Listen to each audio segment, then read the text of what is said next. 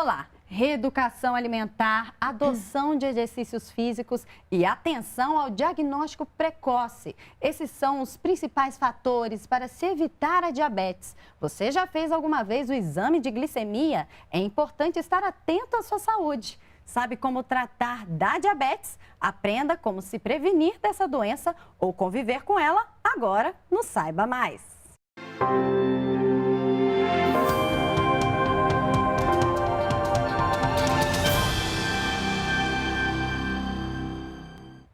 Quem está aqui com a gente é Maria de Fátima Gonzaga, endocrinologista do Hospital Universitário de Brasília. Seja bem-vinda. Obrigada.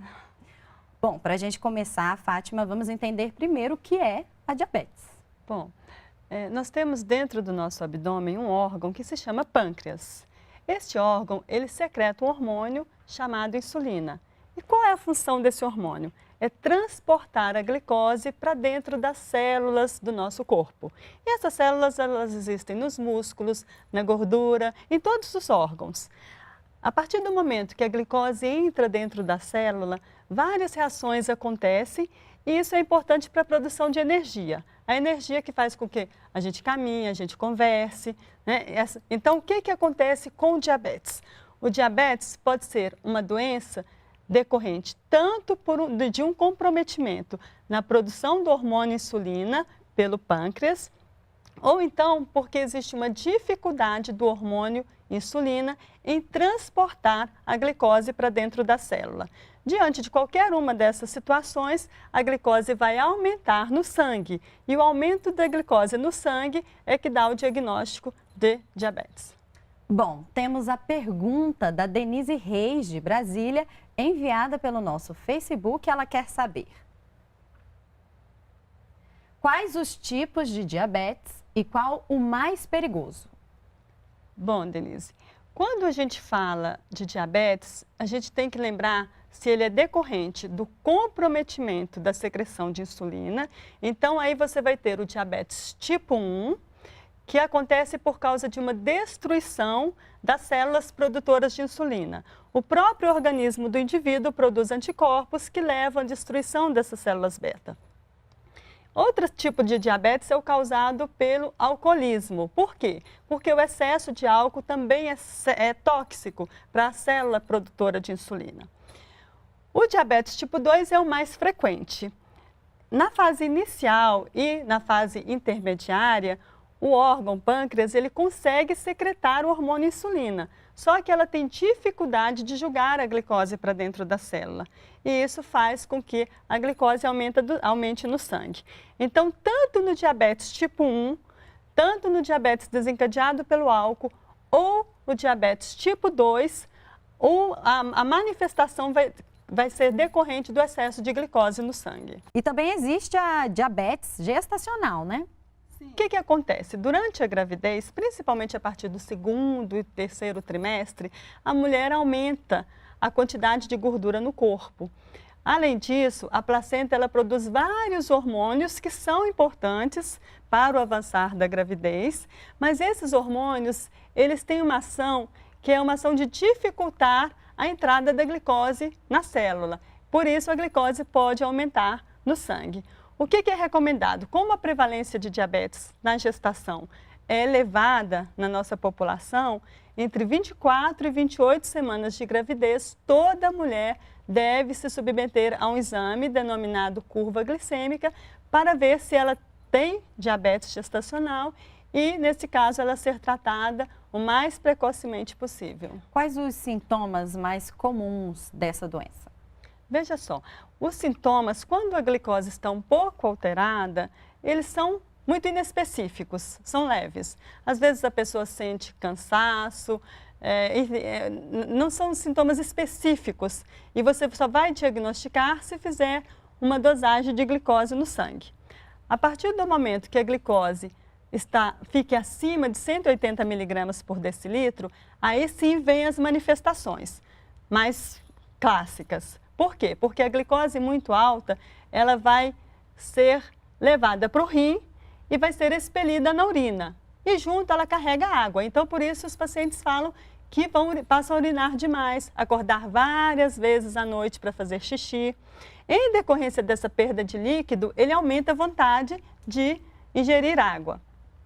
Além disso, se não tratado, o paciente pode apresentar emagrecimento, embaçamento visual e até quadros mais graves, que é a chamada cetoacidose diabética ou coma hiperosmolar.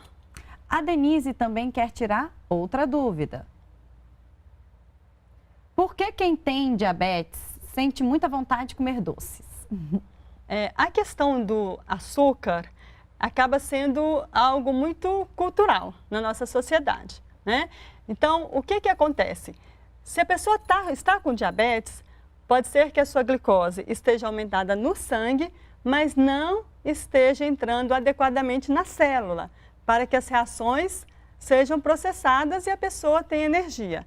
Então, vem essa vontade de ingerir, comer, né? Aumenta o consumo de alimentos de uma maneira geral e muitas vezes aumenta a vontade de comer doce. E quais seriam as restrições alimentares, né? É mito acreditar que o grande consumo de açúcar causa diabetes?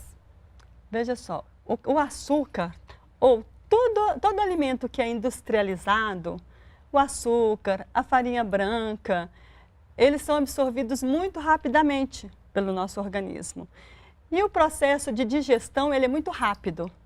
Então, isso faz com que a saciedade não seja adequada. E o paciente, mesmo que ele coma alguma coisa com açúcar agora, daqui a pouco ele vai ter vontade de comer algo que tenha mais açúcar. É uma coisa assim, é um ciclo vicioso. Quanto mais açúcar você ingerir, mais você tem vontade.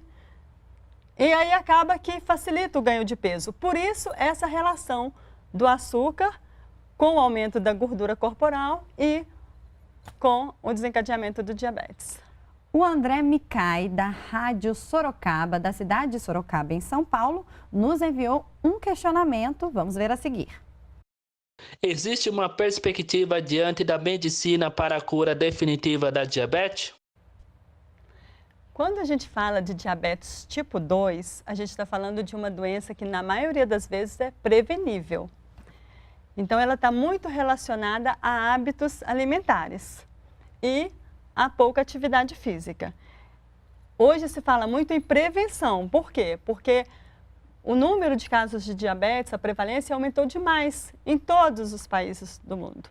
Então, não dá para a gente falar em cura, mas existe maneira de evitar a maior parte dos casos de diabetes. Agora vamos à pergunta do Azevedo Júnior, da Rádio Tabajara FM de São Benedito, no Ceará. É verdade que a diabetes causa cegueira? O que acontece? Quando a glicose aumenta no sangue, é como se ela fosse um fator irritante para a parede dos pequenos vasos sanguíneos. E esses pequenos vasos, eles estão presentes nos olhos.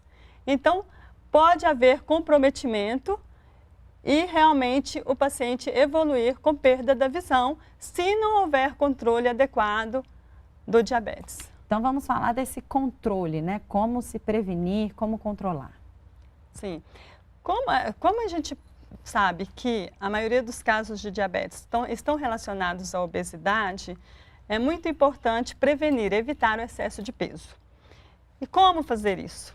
Hoje a gente vê que a nossa alimentação está muito rica em alimentos industrializados, porque é muito mais fácil você passar na padaria, comprar o seu lanche, do que você fazer em casa a sua alimentação.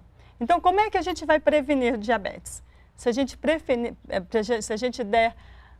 a nossa alimentação for composta por alimentos in natura, o que a gente vai valorizar?